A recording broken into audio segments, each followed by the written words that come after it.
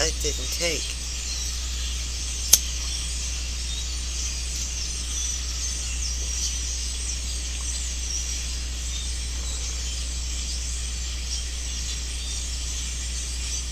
Yuanwu, Chapter 3, or Part 3. I hope you can hear the birds.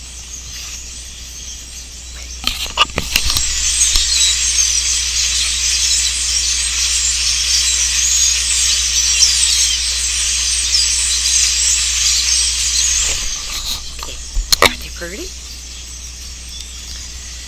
Preparing successors. The Buddhas and ancestral teachers transmitted mind by mind. In this transmission, teacher and disciple were both supremely enlightened. Both had penetrated through to liberation, so that they acted like two mirrors reflecting each other. This is not something that words and images can capture.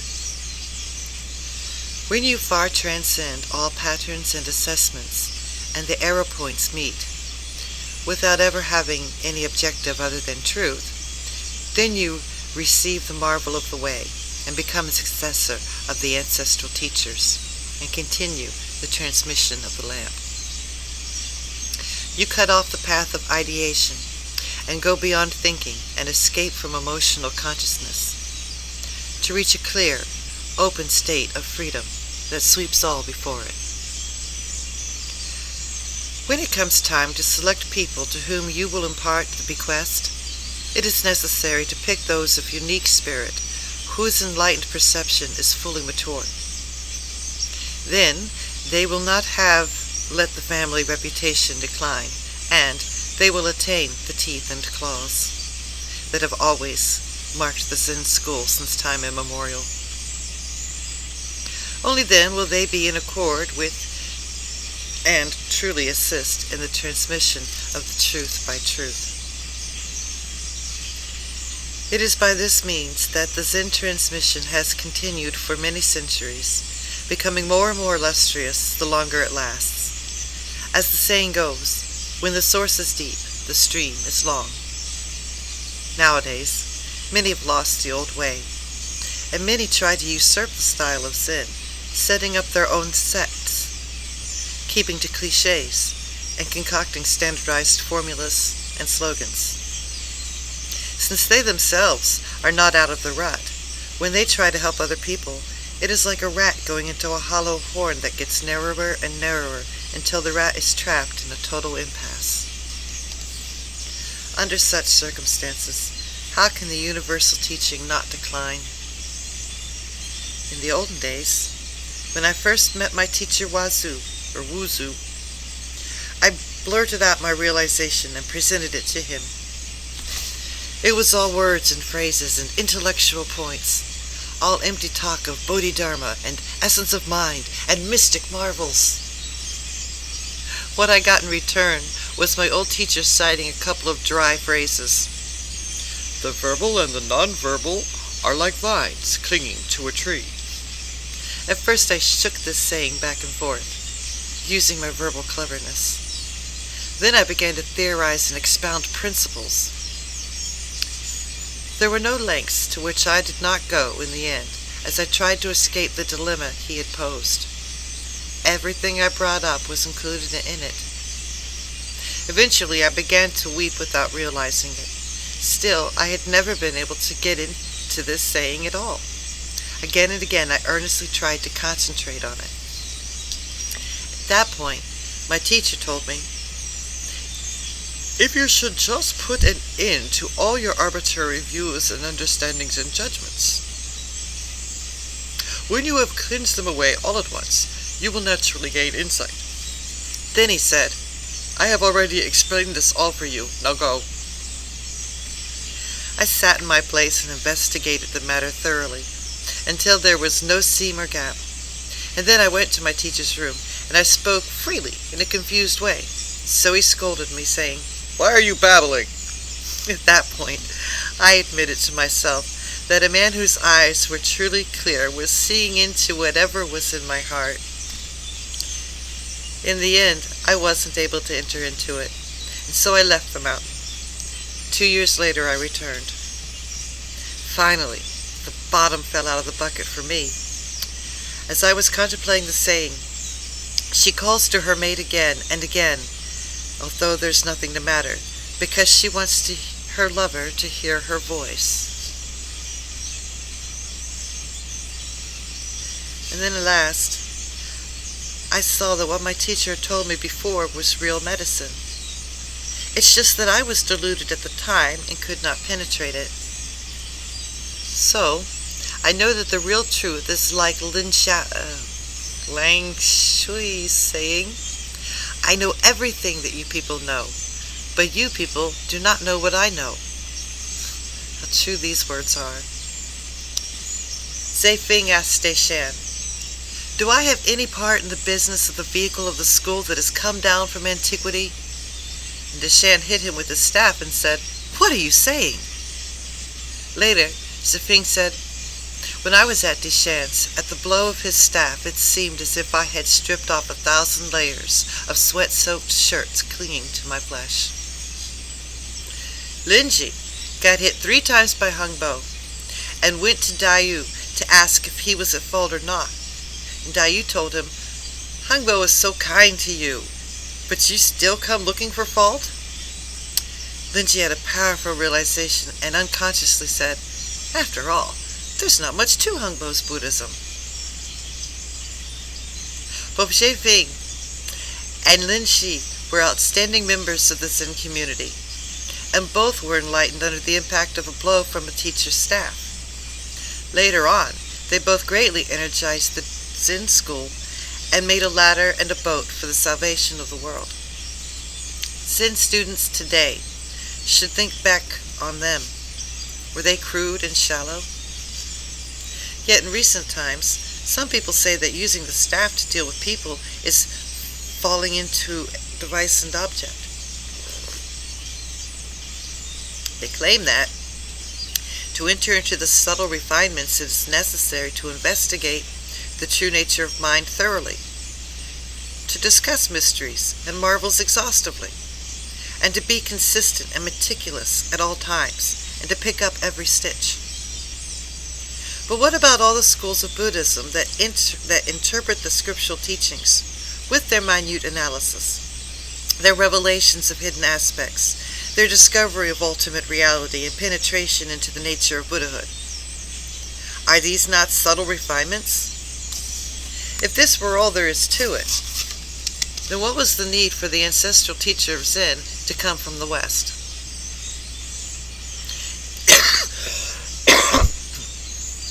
It is evident that since the stream of the teaching has gone on so long, many divergent views have cropped up. Since they do not get the true transmission, they make the ambrosia of Buddhist teachings into poison. Is it the fault of Daoshan and Zai Fing and Hungbo and Linji? A proverb says, if the rope is short, it will not reach far enough to draw water from a deep spring. Adepts in action. Nobody wants to see that. Excuse me. Adepts in action. The ultimate path is simple and easy, yet profound and abstruse. From the start it does not set up steps. Standing like a wall miles high, it is called the fundamental sustenance.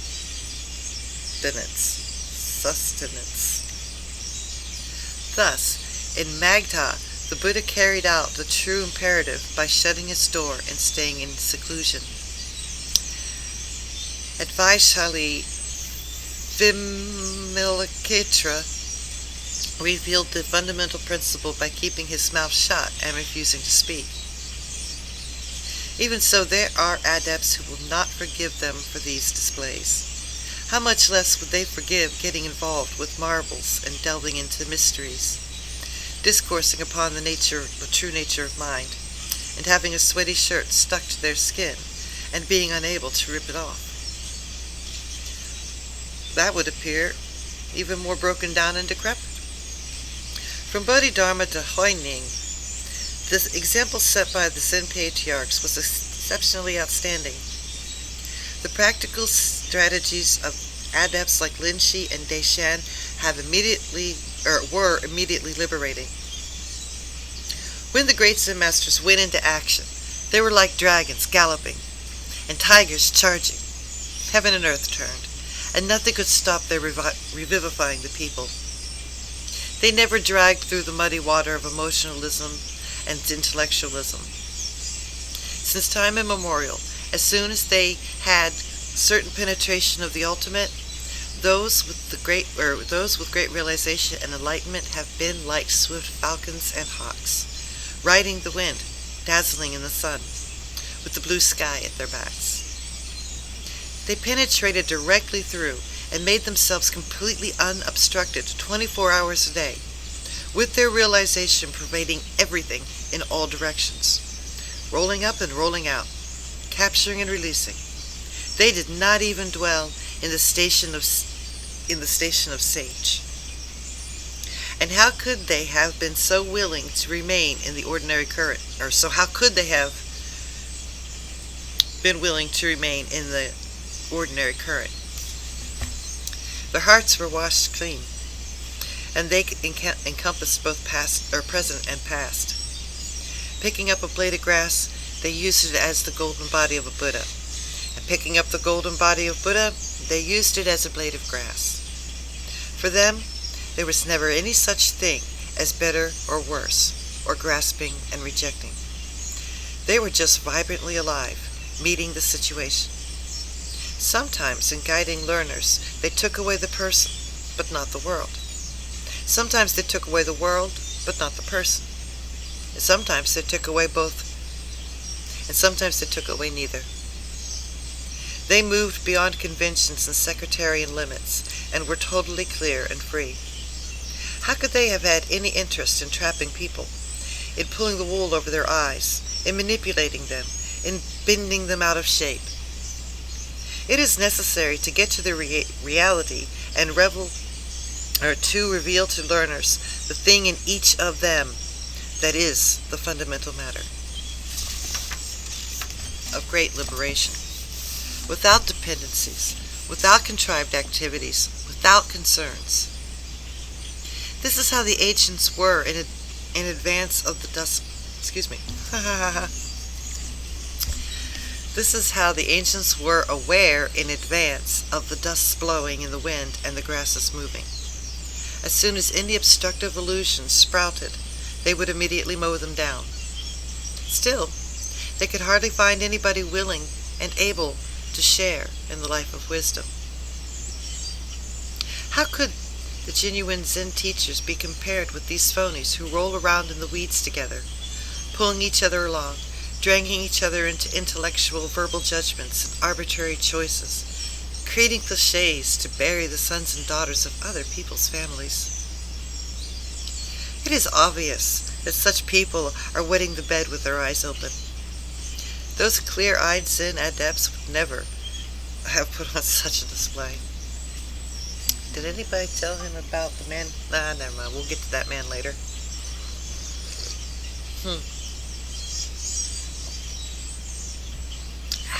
I'm probably mistaken. Forgive me, Yuanwu. I didn't mean to argue. I don't know enough yet. The will and the energy of the truly great astounds the common herd. You must aim to be their true successor of the genuine school of Lin Shi. With a shout and a blow, an act and a state, face reality and annihilate falsity. Haven't you seen this saying?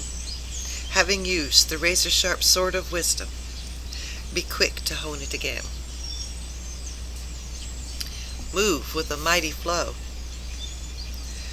When your vision penetrates through and your use of it is clear, you are spontaneously able to use.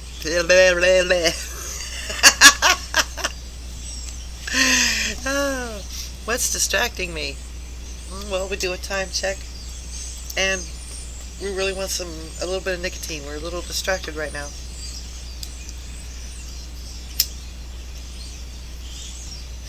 Hope you all do it good.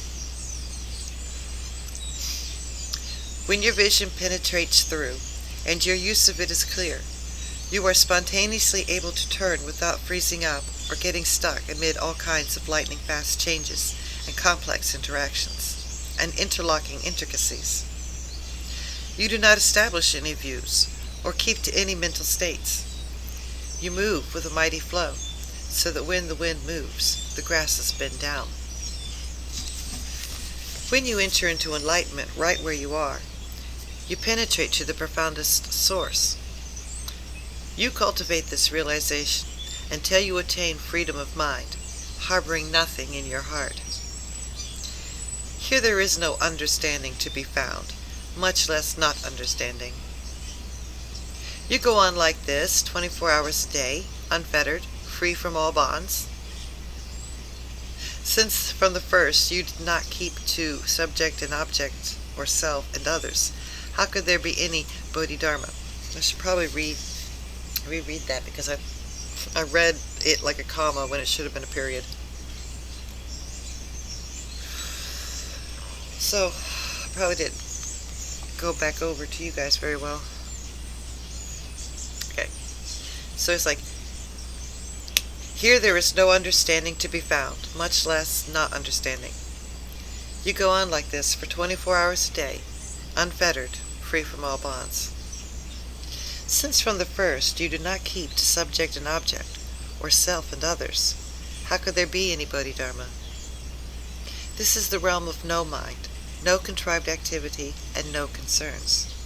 How could this be judged with mere worldly intelligence, and knowledge and discrimination and learning, if the fundamental basis is lacking? Did Bodhidharma actually bring this teaching when he came from the West? All he did was point out the true nature that each and every person inherently possesses, to enable people to thoroughly emerge clear and pure from the orbit of delusion, and not to be stained and defiled by all their erroneous knowledge and consciousness and false thoughts and judgments. Study must be true study. When you find a genuine teacher of the way, he will not lead you into a den of weeds. He will cut through directly so that you can meet with realization. He will strip off the sweaty shirt that's clinging to your flesh and enable your heart to become empty and open, without the slightest sense of ordinary and holy, and without any external seeking, so that you become profoundly clear and still and genuine and true. Even when the 1,000 sages can't place you, then even the 1,000 sages cannot place you, you attain a state that is unified and pure and naked, and pass through to the other side of an empty eon. There, even the primordial Buddha is your descendant. So how could you seek any more from others? Ever since the ancestral teachers, all the true adepts have been like this. Take the example of the sixth patriarch. He was a man from a frontier area in the south who sold firewood for a living, and illiterate. When he met the fifth patriarch face to face, he opened his heart and immediately passed through to freedom. The saints and sages live mixed in among the ordinary people, but even so, it is necessary to use appropriate means to reveal this matter that makes no separation between the worthy and the ignorant, and is already inherent in all people. Once you merge your tracks into the stream of Zen, you spend your days silencing your mind and studying with your whole being. You realize that this great cause is not obtained from anyone else, but is just a matter of taking up the task, boldly and strongly, and making constant progress. Day by day, you shed your delusions, and day by day, you enhance your clarity of mind. Your potential for enlightened perception is like fine gold that is to be refined hundreds and thousands of times. What is essential for getting out of the dusts, what is basic for helping living creatures, is that you must penetrate through freely in all directions, and arrive at peace and security free from doubt, and attain the stage of great potential and great function. This work is located precisely in your own interactions. It is a matter of being in the midst of the interplay of the myriad causal conditions every day, in the confusion of the red dusts, amid favorable and adverse circumstances, and gain and loss, appearing and disappearing in their midst, without being afflicted or affected, and being turned around by them, and not being turned around by them, but on the contrary, being able to transform them and turn them around. When you are leaping with life, and water cannot wet you, this is your own measure of power. You reach an empty, solidified silence, but there is no duality between emptiness and form, silence and noise. You equalize all sorts of wondrous sayings and perilous devices, and absolute perceptions. Ultimately, there is no gain or loss. It is all your own to use. When you go on grinding and polishing like this for a long time, you are liberated right in the midst of birth and death, and you look upon the world's useless reputation and ruinous profit as mere dust in the wind, as a dream, as a magical apparition, as an optical illusion. Set free, you pass through the world. Isn't this what it means to be a great saint who has emerged from the dusts of sensory attachments? All right. Okay, that'll be all right for tonight. Let's see you in the morning.